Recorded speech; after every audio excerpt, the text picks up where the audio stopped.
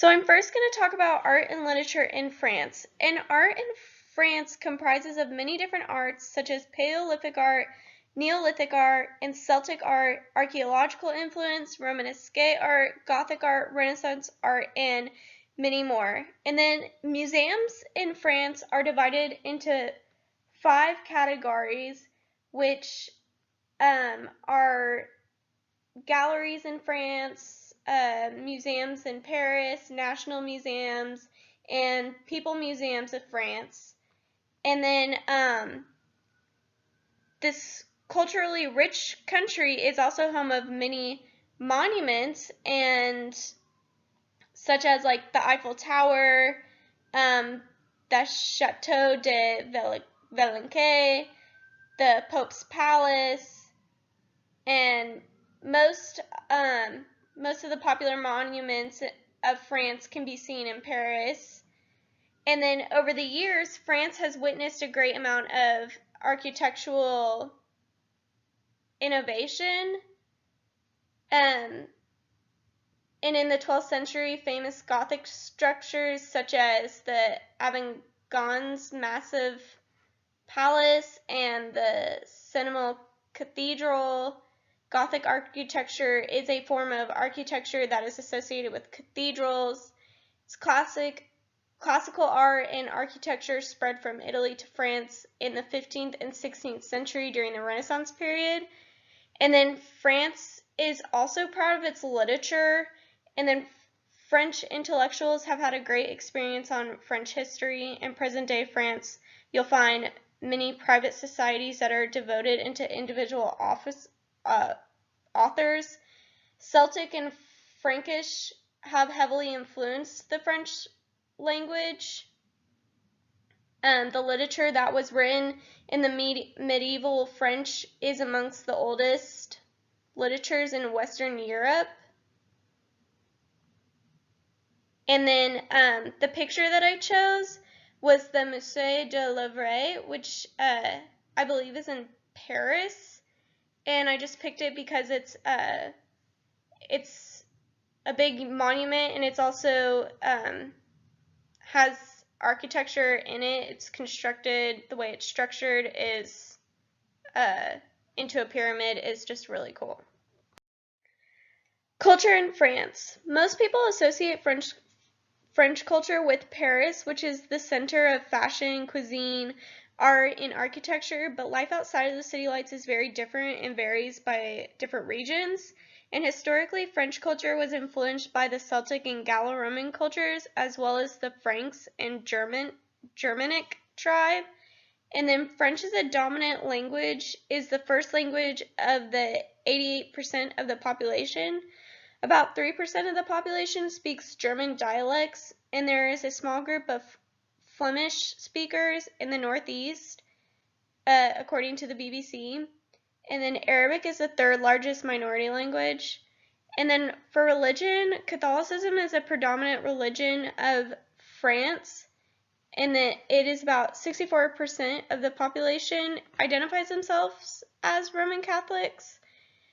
7.5% are Muslim, and then the other is Jewish population. And then the French embody romance and passion and embrace style and sophistication and take pride in the fact that even their public places strike regal tone.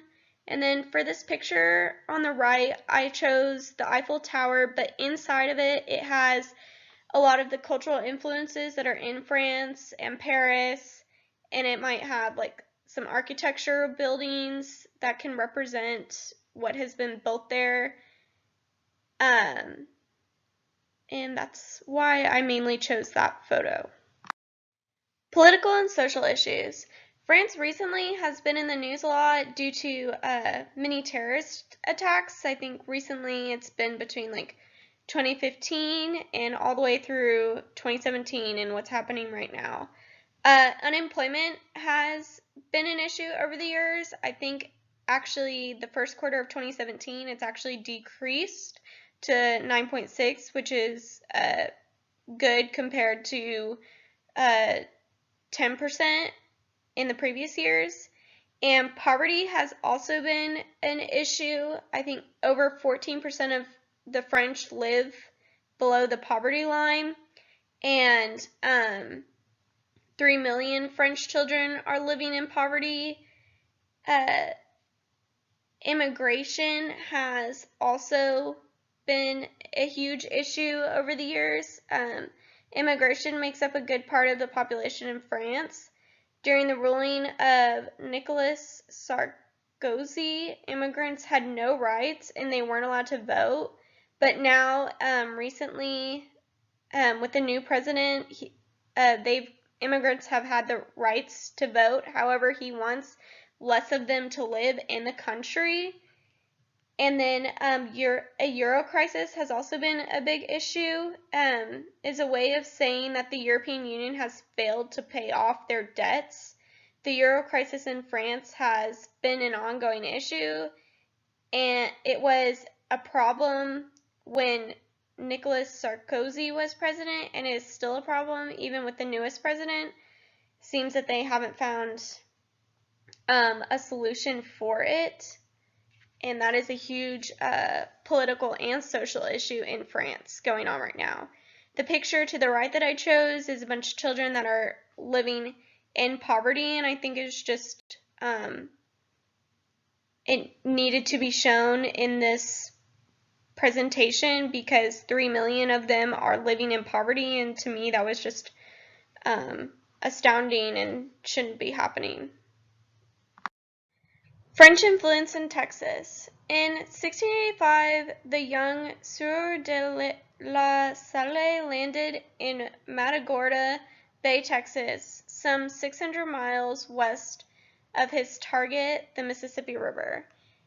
And then Francisco Girard was born in South Carolina of French parents, studied engineering in Paris, and then decided that Texas was his home. And then in 1848, he became the first surveyor of the city of San Antonio.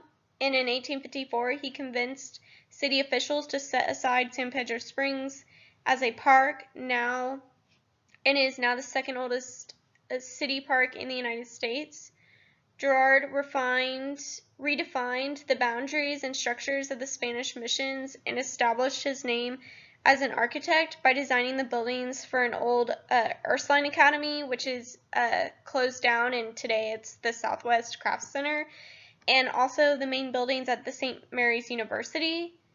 And one of his most interesting design accomplishments is the French Gothic Cathedral of San Fernando, a building enclosing the old walls of the original Spanish parish church.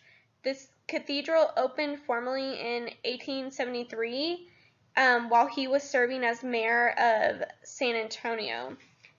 And then Castroville in the 1880s, where a lot of French settlers, they settled in Castroville due to other Spanish settlers. And on the next slide, there are photos of the first St. Louis Catholic Church that he built there.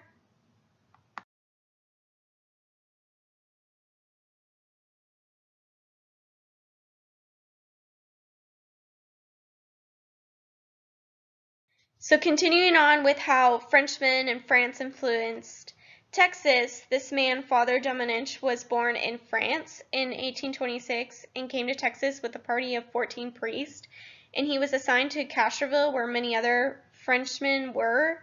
And then Augustin Grenet was born in France in 1823, and he came to San Antonio in 1851 and entered the mercantile business, and he purchased the Alamo property in the late 1870s and built a general store next to the Alamo Chapel, which is the photo on the right. It's the Alamo Chapel and then the general store built right next to it.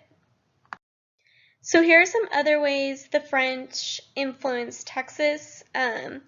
People say that our flags are the same colors, and that's a way of how French influenced Texas. And then foods like macaroons and crepes that are now here in Texas and being made here in Texas were influenced from France. And then fashion, France has been the capital of fashion, and that has been brought into Texas. So these are the last two pictures that I have of how France influenced Texan with their fashion and their food, just like crepes. I mean, these are what crepes look like now here. And the photo previously that you saw of macaroons, they're now everywhere. They're in Texas, but not only in Texas, they're everywhere in the United States now, and that was a huge French influence.